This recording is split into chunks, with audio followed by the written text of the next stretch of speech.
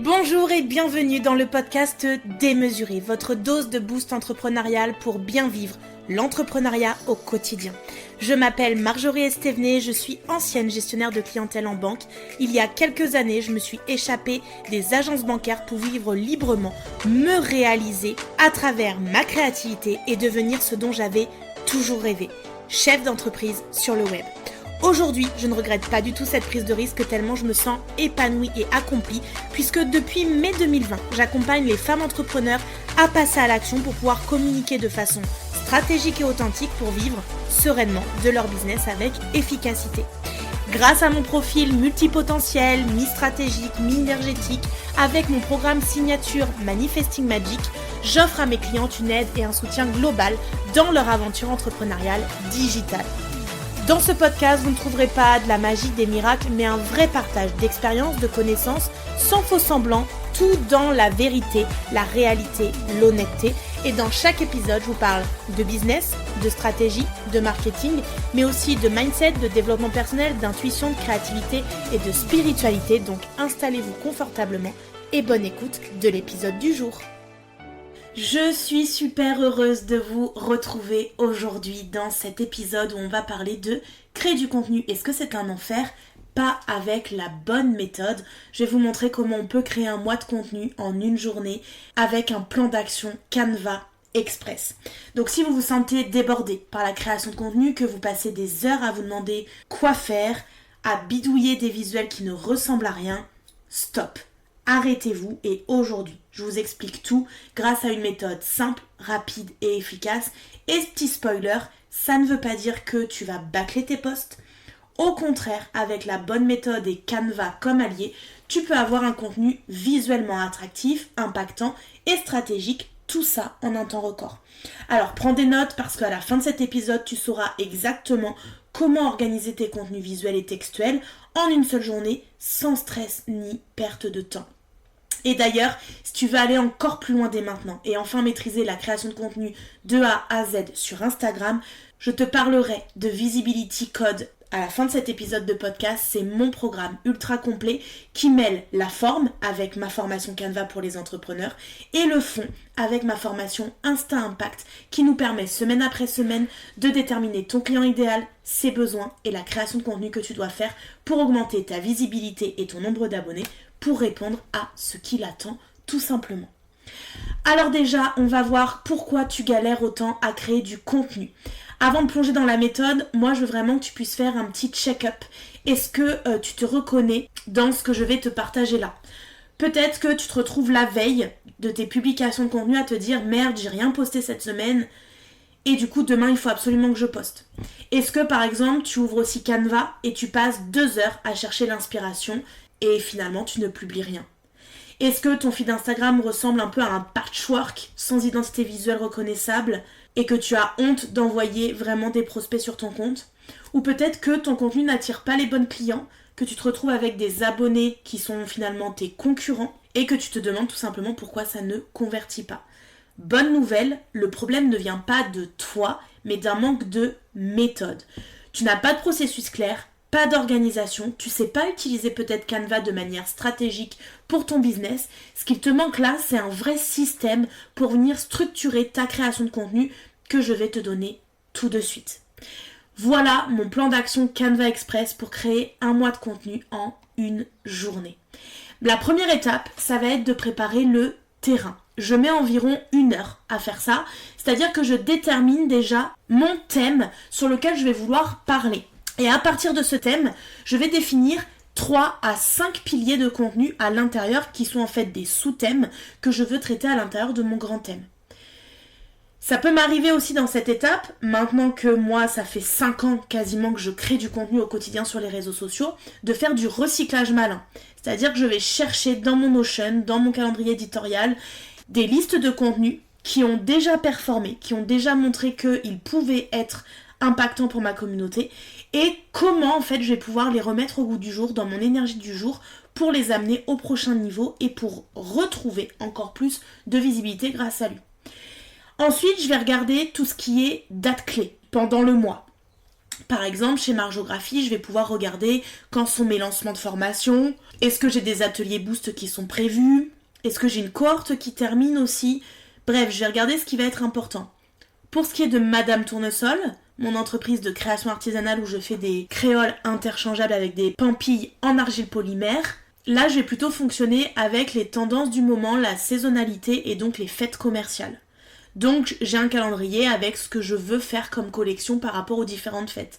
Là il y a eu Noël, ensuite il y a eu la Saint-Valentin, là vient de sortir la collection pour la fête des mamies, arrive prochainement la collection du printemps et ensuite celle de l'été. Donc de repérer ce qui va arriver, ce qui va être des événements importants dans son business, c'est aussi important avant de créer du contenu pour pouvoir anticiper en fait ces périodes-là. Et ensuite je vais venir écrire des grandes idées de posts, de contenu, en bullet point, ça suffit, des grandes idées vraiment que je peux avoir. Là, le but, c'est vraiment que vous puissiez utiliser un Google Doc, Notion par exemple, pour pouvoir centraliser toutes vos idées et éviter d'avoir le syndrome de la page blanche et surtout de pouvoir organiser, réorganiser selon vos besoins le contenu que vous êtes en train de créer et les idées que vous êtes en train de poser par rapport à tout ce que vous voulez transmettre à votre audience. À partir de là, je vais passer sur ChatGPT. Et à ChatGPT, je vais lui expliquer quel est mon thème, quels sont les sous-thèmes que je veux traiter, qui est mon client visé, mon client idéal. Je vais lui partager les besoins que mon client pourrait avoir, les difficultés qu'il pourrait rencontrer. Et je vais lui demander à partir de ça de me générer des accroches qui sont pertinentes, qui vont m'aider dans mon référencement aussi, et surtout qui vont répondre aux besoins de ma cible pour pouvoir faire du contenu où je m'assure qu'il m'apporte des nouveaux abonnés et de la visibilité. À partir du moment où il me donne des idées, je les regroupe avec les idées que je m'étais notées et je commence à construire mon calendrier éditorial.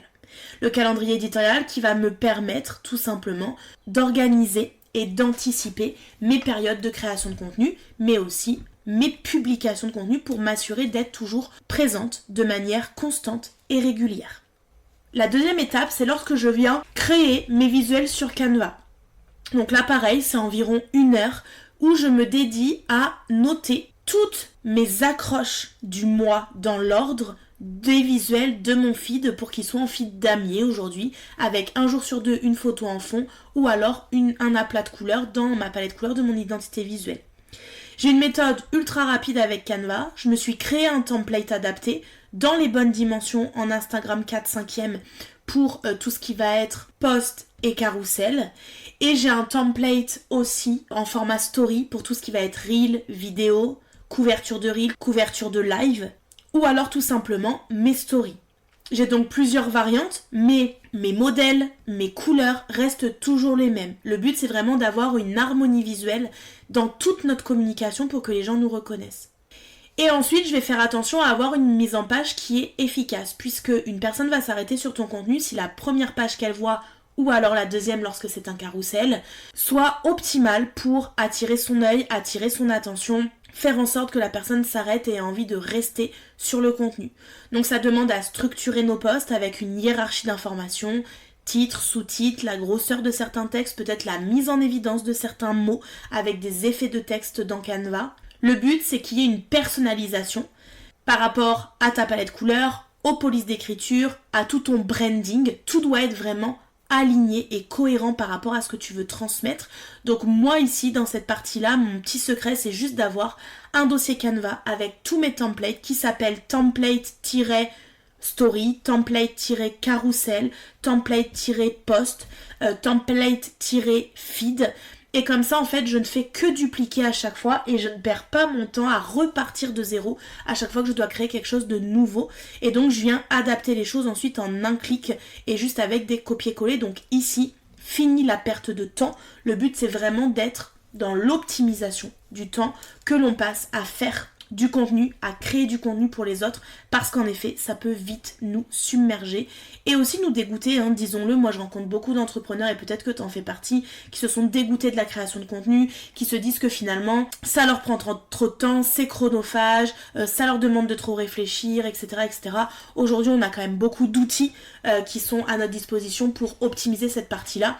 Et d'ailleurs, dans l'étape numéro 3, là où je fais ma création, rédaction et ma programmation de mes contenus au maximum, j'ai plein d'outils à ma disposition. Donc j'ai Canva qui m'aide sur la partie visuelle où je me suis créé des templates et où du coup je ne fais que dupliquer et donc réutiliser des choses où j'ai passé déjà du temps et donc je n'en perds pas à nouveau.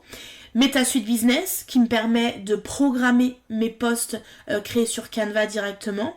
Alors attention, puisque là actuellement en mars 2025, au moment où j'enregistre cet épisode de podcast, la programmation des carousels de plus de 10 slides n'est pas possible sur MetaSuite Business et il faut le faire directement dans l'application Instagram. Tout comme les Reels par exemple. Donc ce qui est certain, c'est que si je n'avais pas Notion avec mon calendrier éditorial, je ne pourrais pas anticiper toutes ces créations de contenu, toutes ces programmations pour être tranquille après au quotidien, pour être 100% avec mes clientes. Quand je fais ma rédaction et ma programmation, ce que je fais, c'est que je viens batcher, regrouper les mêmes tâches. Donc je vais rédiger dans un premier temps toutes les trames et tout ce que je veux dire dans tous mes contenus de la semaine par exemple. Ensuite je vais venir faire les visuels, si c'est un carrousel par exemple. Ensuite, je vais venir optimiser mes légendes. Donc, je vais mettre des mots-clés qui vont me permettre d'être référencés. Je vais mettre les hashtags qui vont me permettre d'être retrouvés aussi et d'augmenter ma portée. Je vais mettre, par exemple, mes call to action, mes appels à l'action sur c'est quoi en ce moment ce que mon audience et ma clientèle doivent faire. Et bien sûr, je vais m'assurer que dans chacun de mes contenus, il y a du storytelling. Je raconte une histoire de moi, d'une cliente, peu importe, mais qui a de la connexion émotionnelle. Et ensuite, je vais tout simplement programmer en vérifiant la cohérence visuelle de mon feed et des créations que j'ai pu faire par rapport à mes contenus de la semaine. Moi, ce que je fais, c'est que je fais mon calendrier éditorial pour un mois. Je fais donc mes visuels de devanture du feed pour un mois. Mais ensuite, je crée mes contenus à la semaine dans la vibe du moment, par rapport à mes échanges du moment, à mes idées du moment, etc. pour que ce soit vraiment 100% authentique. Je ne suis pas quelqu'un qui planifie mes stories, ça c'est quelque chose que je fais vraiment de manière naturelle, que j'ai inclus dans mon quotidien, où j'ai pris l'habitude en fait de venir partager les coulisses de mon entreprise et des informations importantes dans mes stories. Mais sache que tu peux aussi le faire, juste attention à avoir du contenu aussi que tu viens mettre directement dans l'application, ça plaît beaucoup à l'algorithme et ça évite en fait d'être déconnecté et en désynchronisation avec l'application, puisque si tu ne fais que programmer sur d'autres plateformes pour que ce soit publié sur Instagram, Instagram ne te donnera pas beaucoup plus de visibilité. Donc là c'est tout simplement une astuce mindset à avoir, c'est que si tu veux que ton contenu soit efficace, il faut qu'il soit pensé en amont et pas posté à l'arrache au dernier moment. Et donc c'est important que tu comprennes que dans cette méthode, Canva seul ne suffit pas pour vendre. Parce qu'en fait, avec ma méthode, en une journée bien organisée, ChatGPT, Canva d'ouvert et Notion, tu peux tout à fait créer un mois de contenu impactant. Mais attention, un beau visuel ne fera pas tout.